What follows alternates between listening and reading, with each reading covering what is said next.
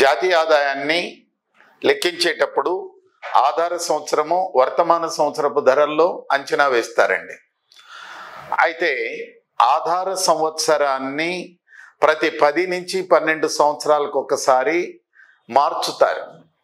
ఈ మార్చటాన్ని ఏమంటామంటే శ్రేణుల సవరణ అని అంటాం.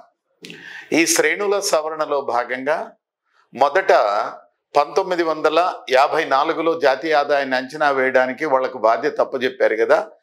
ఆ రోజు 1948, 49ని ఆధార సంవత్సరంగా తీసుకున్నారండి.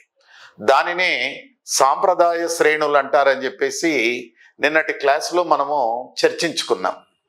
ఈ సాంప్రదాయ శ్రేణుల ప్రకారము జాతీయ ఆదాయాన్ని అంచనా వేయడానికి చూడండి ఇక్కడ పాటించిన పద్ధతిని సాంప్రదాయ శ్రేణులు అంటారు. సాంప్రదాయ శ్రేణులు అంటే ఏమిటంటే జాతీయ ఆదాయంలో చూడండి, జాతీయ ఆదాయ అంచనాల అవగాహనలో శ్రేణులలో చేసిన మార్పులను ప్రభావాలను తెలుసుకొనడానికి జాతీయ పాటించే పద్ధతిని సాంప్రదాయ శ్రేణులు అని అంటాం. ఓకేనా? రైట్. సాంప్రదాయ శ్రేణుల ప్రకారం మొట్టమొదటగా 1948, 49ని ఆధార సంవత్సరంగా తీసుకొని 1964, 65 వరకు జాతీయ ఆదాయాన్ని ఆధార సంవత్సరపు మార్కెట్ ధరల్లోనూ వర్తమాన సంవత్సరపు మార్కెట్ ధరల్లోనూ అంచనా వేసినారండి. ఓకే.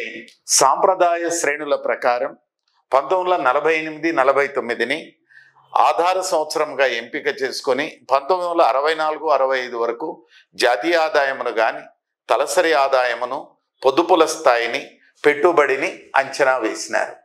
సాంప్రదాయ శ్రేణుల ప్రకారం నిన్నటి క్లాస్లో మీకు మైండ్ మ్యాప్ కూడా ఇచ్చాను.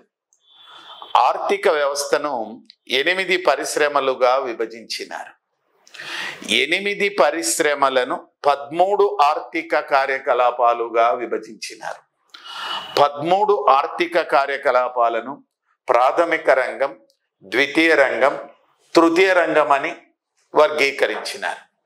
సాంప్రదాయ శ్రేణుల ప్రకారం జాతీయ ఆదాయాన్ని అంచనా వేయడానికి ఉత్పత్తి మదింపు పద్ధతిని, ఆదాయ మదింపు పద్ధతిని, వ్యయ మదింపు పద్ధతిని పాటించినారు. ఈ శ్రేణుల ప్రకారం కారకాల ఆదాయమును జాతీయ ఆదాయముగా పరిగణించినారు. ఈ శ్రేణుల ప్రకారం 5 భావనలను భారత ఆర్థిక వ్యవస్థ నిర్మాణాన్ని బట్టి 5 భావనలను అంచనా వేయించినది.